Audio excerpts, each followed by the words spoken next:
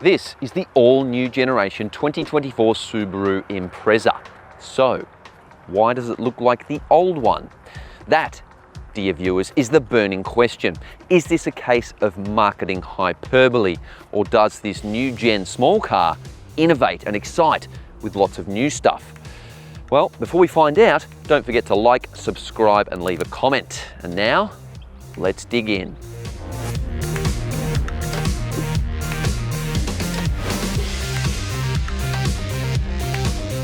The Impreza was born in 1992 and rose to prominence on the back of its motorsport offshoot, snaffling a very impressive 6 World Rally Championships.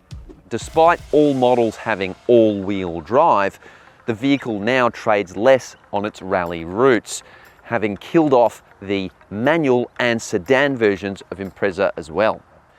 It all bolts together on a revised, but certainly not all new, version of the Subaru global platform architecture, and the body of the vehicle is ever so slightly longer and wider, and is said to be stiffer and quieter as well. There's several exterior changes, including new look headlight clusters, an updated front fascia and grille, plus new LED head and taillights, and these new look 18-inch alloy wheels. But I gotta say, from 50 paces, I'd be struggling to pick this car from the 2023 Impreza. And this is the range-topping Impreza 2.0S, which costs around $43,000 drive away.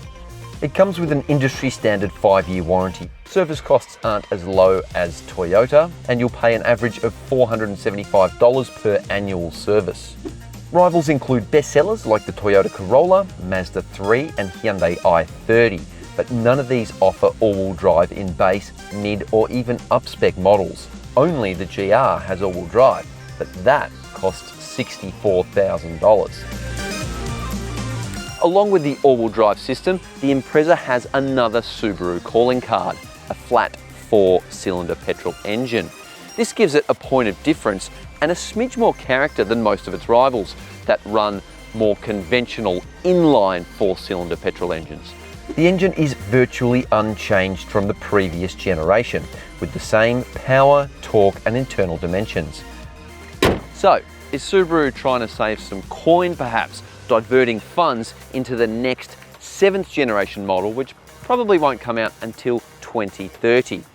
Who knows, but to me, this smells like a major facelift rather than an all-new model. Let's hope the interior is more impressive.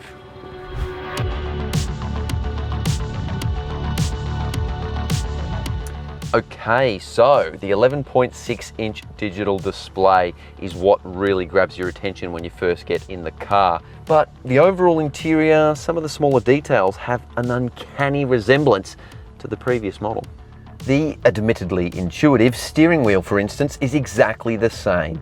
I'm not sure if that's a criticism or not, but in my mind, a new generation car should deliver lots of new stuff. This is the only model in the range that comes with leather seats, and they're not bad. The contouring is nice, and while the cushions are a little firm, at least they're supportive. There's also 8-way power adjustment with lumbar, but only for the driver, and the passenger gets dudded with manual adjust, but both are heated. Overall fit and finish is reasonably good, and it certainly feels solid. There's no loose fitting panels anywhere and no rattles when you're driving along, and only a smattering of cheap plastics on the doors and on top of the dash. Ergonomics are good, and an electric sunroof and a 10-speaker Harman Kardon audio system give it an upmarket aura. Storage solutions are fairly prosaic with loosey-goosey cup holders. That's not going to sit still. You've got a very small glove box, USB A and C, and an AUX. A fairly large central bin, that's good, and the wireless phone charger is pretty big too. But I was hoping for a few secret drawers or cubbies, no such luck, and the Mega Gulp doesn't even fit in the small door pockets. The new 11.6-inch central screen is fantastic. I really like it. It's big, it's bold, it's got fast touch response. There's lots of options in there. And also the fact that it has a physical volume control, that's awesome. And the climate controls are hard-coded into the bottom, so you'll always have access to these down the bottom, and I like that as well. Wired and wireless Apple CarPlay and Android Auto are part of the package, and they look awesome. They've got a super high resolution and they fill up a good portion of the jumbo screen.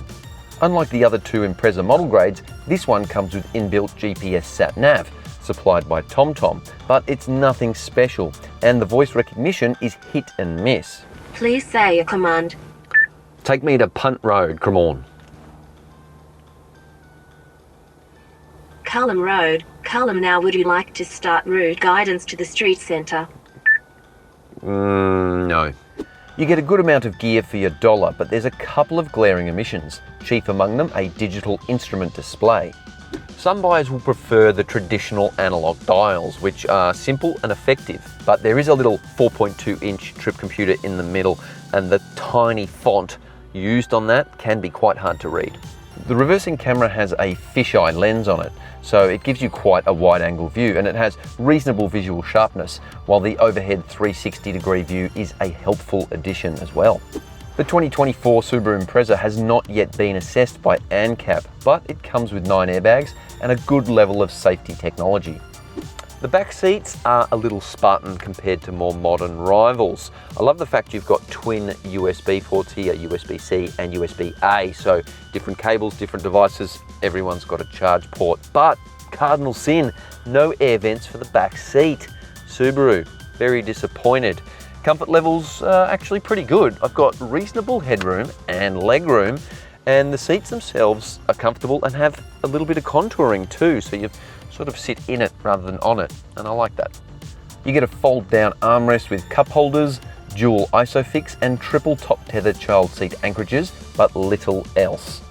There's no electric tailgate, which isn't the end of the world, but the boot is not big. In fact, it's tiny. It's 15% smaller than the previous generation Impreza. It's really vertically challenged, and although there are a few extra storage cubbies on the sides, amenity is average.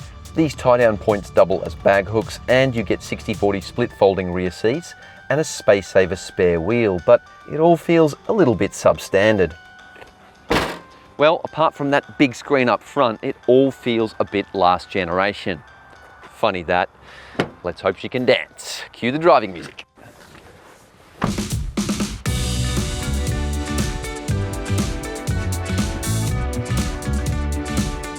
Well, the car's low centre of gravity and fairly direct steering make her a pretty nimble little thing. So I guess you could say yes, she doesn't mind doing the Yokohama boogie.